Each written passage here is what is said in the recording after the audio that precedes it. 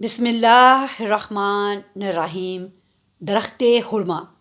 ایک انصاری کے باغ میں سمرت بن جندب نے خرمے کا ایک درخت لگا رکھا تھا۔ اس انصاری کا رہائشی مکان بھی اسی باغ میں تھا جس میں اس کے بیوی بچے رہا کرتے تھے۔ سمرہ کبھی کبھی پیڑ کی دیکھ بھال کے لیے یا خرما چینی کی غرض سے اس باغ میں آیا کرتا تھا، اور اسلامی قانون کے مطابق سمرہ کو اس انصاری کے گھر میں آمد و رفت کا حق حاصل تھا تاکہ وہ اپنے پیڑ کی نگہبانی کر سکے۔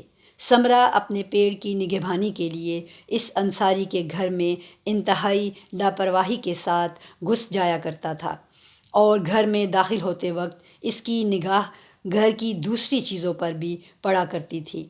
ایک بار گھر کے مالک نے سمرہ سے درخواست کی کہ گھر میں داخل ہوتے وقت اس سے لاپرواہی سے کام نہ لینا چاہیے، اور مناسب تو یہ ہے کہ وہ آواز دے کر گھر کے اندر داخل ہوا کرے۔ سمرہ نے اس مرد انصاری کی درخواست قبول کرنے سے انکار کر دیا۔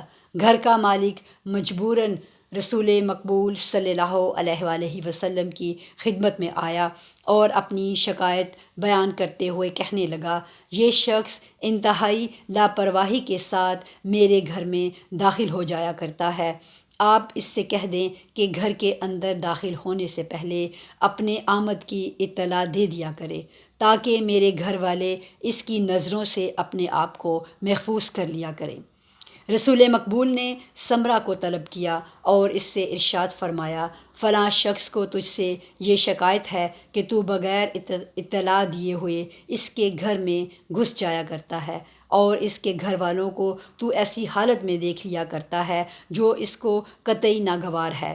لہٰذا آئندہ اس شخص کے مکان میں داخل ہونے سے پہلے آواز لگا کر اپنی آمد سے ان لوگوں کو مطلع کر دیا کر۔ کسی کے گھر بغیر اس کی اجازت حاصل کیے ہوئے نہ داخل ہونا چاہیے۔ سمرہ حضرت رسول خدا کی اس بات سے راضی نہ ہوا۔ رسول مقبول نے کہا، اچھا، اگر میری یہ بات قابل قبول نہیں ہے تو پھر تو اپنے درخت کو فروخت کر دے۔ وہ شخص اس بات پر بھی راضی نہ ہوا۔ رسول اکرم نے اس درخت کی قیمت کچھ اور بڑھا دی، پھر بھی وہ اپنی ضد پر ڈٹا رہا اور کسی بھی قیمت پر اس درخت کو بیچنے کے لیے قطعی آمادہ نہ ہوا۔ رسول مقبول نے ارشاد فرمایا، اگر تو یہ کام کر لے تو بخشت میں بھی تیرے لیے ایک پھلدار درخت حاصل ہو جائے گا۔ ان تمام باتوں کو سننے کے بعد بھی وہ شخص درخت فروخت کرنے کے لیے آمادہ نہ ہوا اور اپنی ضد پر ڈٹا رہا کہ نہ میں اس درخت کو فروخت کروں گا اور نہ ہی میں اس باغ میں داخل ہوتے وقت باغ کے مالک سے پہلے اجازت حاصل کروں گا۔ ان حالات کو مد نظر رکھتے ہوئے رسول مقبول نے ارشاد فرمایا، تو ایک نقصان پسند اور سخت گیر آدمی ہے، اور اسلام میں کسی کو پریشان کرنے یا نقصان پہنچانے کا قطعی حق نہیں ہے۔ اس کے بعد رسول اکرم نے اس انصاری کی طرف دیکھتے ہوئے کہا، جاؤ اور خرمے کے درخت کو باہر نکال پھینک دو۔ چنانچہ یہ لوگ وہاں پہنچے اور لازم ہدایت کے مطابق سارا کام انجام دیا۔ اس کے بعد رسول مقبول صلی اللہ علیہ وآلہ وسلم نے سمرہ سے کہا، جاؤ، کھیت موجود ہے، تمہارا جہاں دل چاہے وہاں اس درخت کا استعمال کرو۔ ایک اور سچی کہانی جس کا عنوان ہے سلمہ کے گھر میں۔ اس رات رسول اکرم صلی اللہ علیہ وآلہ وسلم سلمہ کے گھر میں تھے۔ تقریباً آدھی رات گزر چکی تھی کہ سلمہ کی آنکھ کھل گئی تو یہ دیکھ کر حیران رہ گئیں کہ رسول مقبول اپنے بستر پر موجود نہیں ہیں۔ انتہائی حیرانی اور پریشانی کے عالم میں وہ سوچنے لگیں کہ آخر ماجرا کیا ہے۔ چنانچہ عورتوں کی مخصوص عادت اور خسادات زنانہ کے تحت انہیں یہ فکر دامرگیر ہو گئی کہ آؤ پتہ لگائیں کہ رسول خدا کہاں چلے گئے۔ وہ اپنے بستر سے اٹھیں اور ان کی تلاش کرنے لگیں۔ انہوں نے دیکھا کہ رسول مقبول گھر کے تاریک گوشے میں کھڑے ہوئے ہیں۔ ان کے ہاتھ آسمان کی طرف بلند ہیں اور گریہ و زاری کے عالم میں اپنے پروردگار کی بارگاہ میں یوں فریاد کر رہے ہیں، اے پروردگار عالم، تو نے جو عمدہ نعمتیں اور اچھی چیزیں مجھے عطا کی ہیں انہیں مجھ سے واپس نہ لے۔ اے خدا مجھے دشمنوں اور حاسدوں کی شماتت سے محفوظ رکھ۔ اے مالک کائنات تو نے مجھے جن برائیوں سے دور رکھا ہے ان کی طرف کبھی نہ لے جا، اور اے دو جہاں کے مالک ایک ایک لمحے کے لیے بھی مجھ سے ناراض نہ ہونا۔ رسول مقبول کی زبان سے یہ جملے سن کر سلمہ کانپنے لگیں۔ ان کے پیروں میں اتنی طاقت باقی نہ رہ گئی کہ کچھ دیر اور کھڑی رہ سکیں، چنانچہ وہ ایک گوشے میں بیٹھ گئیں اور ان پر بے تحاشا گریہ طاری ہو گیا۔ سلمہ کی گریہ زاری کی آواز بڑھتی چلی گئی۔ آخرکار رسول اکرم صلی اللہ علیہ وآلہ وسلم ان کے پاس تشریف لائے، ان سے دریافت کیا، سلمہ کیوں رو رہی ہو؟ آخر اس گریہ زاری کا سبب کیا ہے؟ کیوں نہ گریہ کروں؟ اللہ کے نزدیک آپ کی بڑی قدر و منزلت ہے، آپ اس کی ذات سے قریب ہیں اور عہدہ رسالت پر بھی فائز ہیں، پھر بھی خوف پروردگار سے آپ کا یہ عالم ہے کہ آپ اس سے یہ فریاد کر رہے ہیں کہ ایک پل کے لیے بھی وہ آپ سے غافل نہ ہو۔ پس آپ خود ہی اندازہ لگائیں کہ مجھ جیسے لوگوں کی حالت کیا ہوگی۔ اے سلمہ میں کیسے پریشان نہ ہوں اور کیسے مطمئن رہوں؟ یونس پیغمبر کو ایک لمحے کے لیے ان کے حال پر چھوڑ دیا گیا تھا تو ان کے سر جو مصیبت آنی تھی وہ آ گئی۔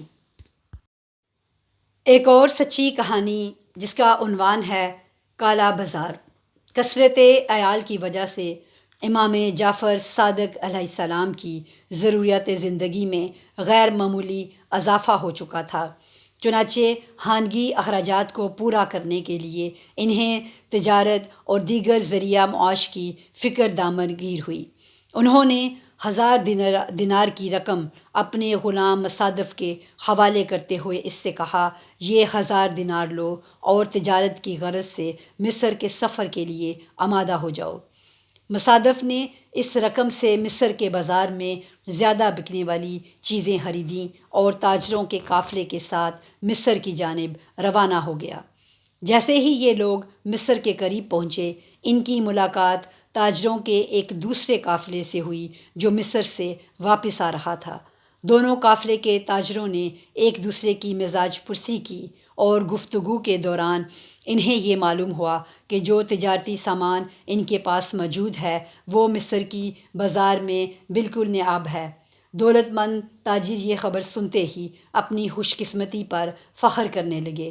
انہیں اندازہ تھا کہ ان کا تجارتی مال عام لوگوں کی ضرورت میں کام آنے والا ہے، لہٰذا بازار میں اس مال کی کمی کی وجہ سے لوگ ان کے سامان کو زیادہ سے زیادہ قیمت پر خریدنے کے لیے مجبور ہیں۔ اس طرح انہیں اپنے مال کی منہ مانگی قیمت مل جائے گی۔ چنانچہ سبھی تاجروں نے متفقہ طور پر یہ فیصلہ کیا کہ ہم لوگ 100% منافع سے کم میں اپنا مال نہ فروخت کریں گے۔